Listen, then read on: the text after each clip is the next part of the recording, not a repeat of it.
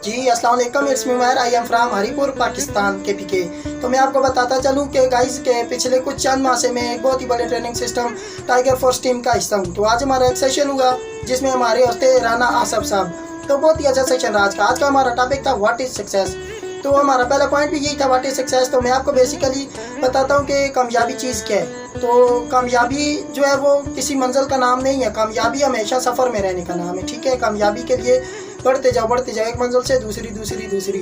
ठीक है, रुक जाने का नाम कामयाबी नहीं है। दूसरा जो था इम्पोर्टेंस ऑफ मेंटोर, तो इस जिसे हम गुरु भी कहते हैं। तो इसमें हमने सीखा कि अपने जो मेंटोर होता है आपका, उससे सीखें, उससे नॉलेज हासिल करें, उसकी इज्जत करें, उसको फॉलो करें, देन जाकर बंदा कामयाब होता है। ठीक है, तो उसके बाद जो हमारा तीसरा पॉइंट आता है उसमें फिक्स माइंडसेट और ग्रोथ माइंडसेट। तो इसके तकरीबन 6 पॉइंट थे आगे, फिक्स माइंडसेट और ग्रोथ माइंडसेट के।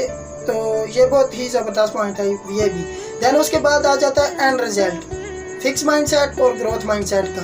तो ये हमारा चौथा पॉइंट था। अच्छा, जो हमारा 5वां पॉइंट था वो था स्किल वर्सेस विल।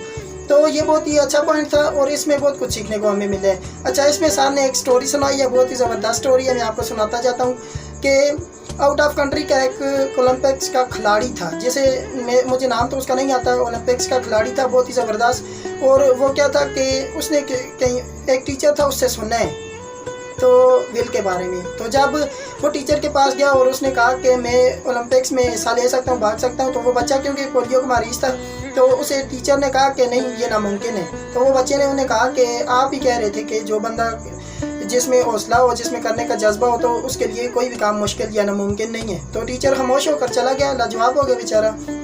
उस बच्चे ने क्या किया कि 8 साल मेहनत की, इतनी ज़्यादा मेहनत की। दैन उसके बाद वो 3 साल रेगुलर 3 साल वो जो है वो ओलंपिक्स में चैम्पियन रहा है। तो ये देख लें, हर दफ़ा जब भी उसे हिस्ट्री फिर दोहराती है उस कहानी को। दैन उसके बाद इसमें लास्ट में हमारा पॉइंट आ जाता था टाइमर्स ऑफ एवरी फील्ड। तो हर फील्ड में जो टाइमर होते हैं, कोई फुल टाइम, पार्ट टाइम और सम टाइम होते हैं। जी, फुल टाइम वाले जो होते हैं वो 8 से 10 घंटे देते हैं सिस्टम को और वो जल्दी कामयाब हो जाते हैं 1 से 2 साल में।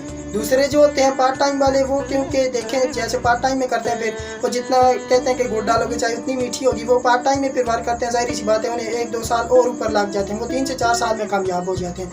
लेकिन जो सम टाइम वाले होते हैं ना, ये बेचारे आते हैं, ये आते ही कामयाब हैं, ये कामयाब हुए आते हैं, इन्हें ज़रूरत नहीं होती सिस्टम में आने की, लेकिन ये फिर बेचारे आ जाते हैं कि हम जाएँ और कामयाब हो जाएँ। ये आते कामयाब हुए हैं लेकिन ये